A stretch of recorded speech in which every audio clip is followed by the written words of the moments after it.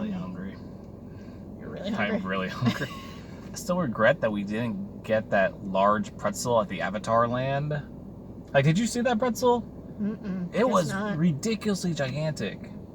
It was like this big. I did eat a very large pretzel at Gatorland. It was bigger. It was big. We had just gone through, 4 hours for that one ride. So oh, God, I was willing so to let it go. I figured we would have seen it again, because how you miss a giant pretzel like that? I never saw it again. I never saw it outside of this one guy's hand. Huh.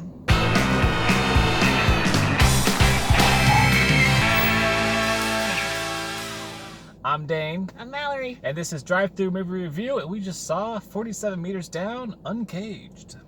Like, there was no cage, by the way. Was that K 47 meters down? Probably not.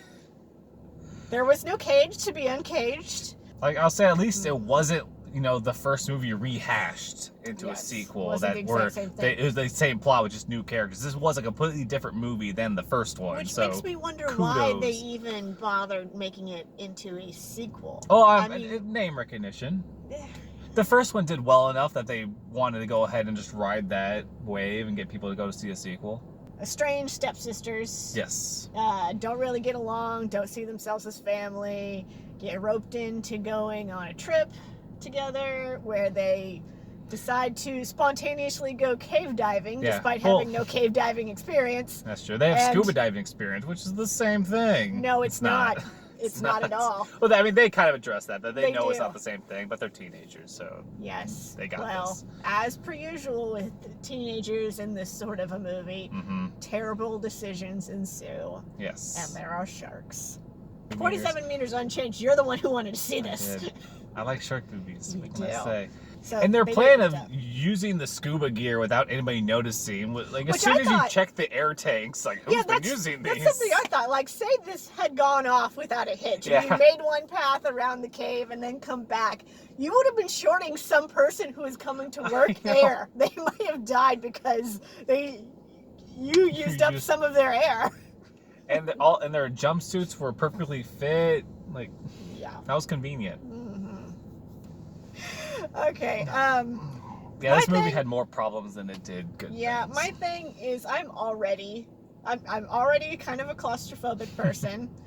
I'm extremely claustrophobic underwater. And so before the shark even showed up, I was deeply uncomfortable. See, I didn't get any of that. I think once in the climax, I finally felt the claustrophobia that I thought I was going to feel.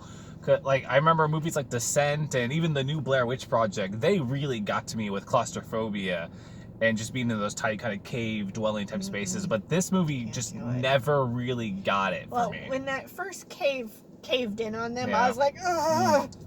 I felt like I was almost watching Aquaman, where there were just a lot of times they were just in rooms, they were just swimming or moving around. Yeah, underwater cities, which were cool. It was cool to see. But I liked them better. They had this similar thing going on in Godzilla. Yeah, Godzilla did it better. I really thought they were cool there, and this one I'm like, well, whatever. Yeah.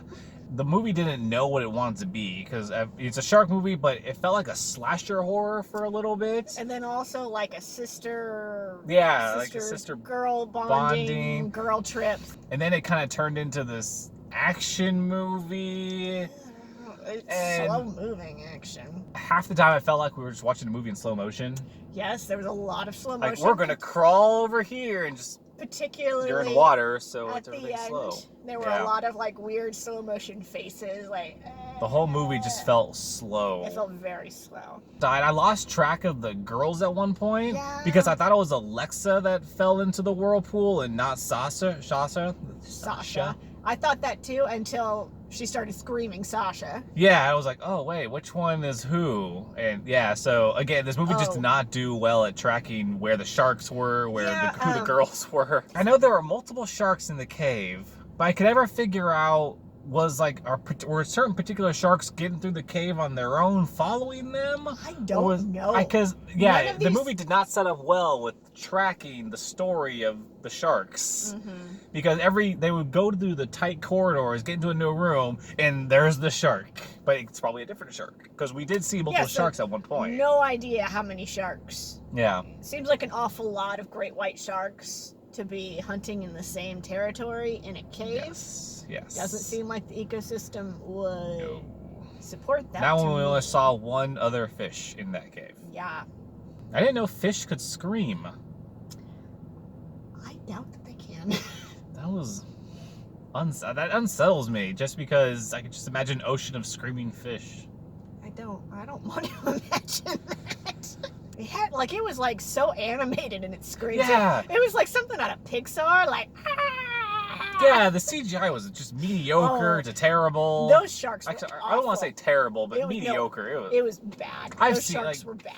It wasn't sci-fi shark channel movie bad, but it was not good. For a major motion picture, that was unacceptable. The climax to where they have to get to the boat, and I thought that was piss poor. It was piss poor, but the problem is it didn't connect with the rest of the story, because it wasn't the cave sharks. It was just great white sharks at that point, so it doesn't resonate with their whole journey. Mia was like, putting all her energy into finally defeating this one beast that she's been tackling with the whole time, but that poor shark that she hit with the gun, that shark didn't do anything except for just go for some food. It was in a feeding. They were in a chum area. I sympathize more with that shark that she attacked than I did with the situation, because that poor shark. It's like if your refrigerator suddenly shot you with a flare gun. All I did was come and get some potato salad. If it was the shark that had been started in the beginning, that started the whole thing, was following them or anything like that, I'm like, yeah, that shark deserves it. But no, the shark that she attacked did not deserve it. They were just putting on a show for the tourists. That's what they want. I'm gonna give this a solid 6. I didn't really find anything that I liked about it. That's a thumbs down. Yeah.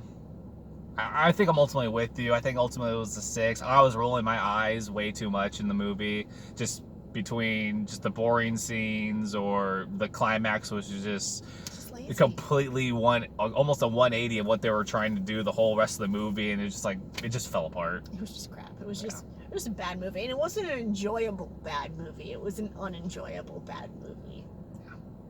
Until next time.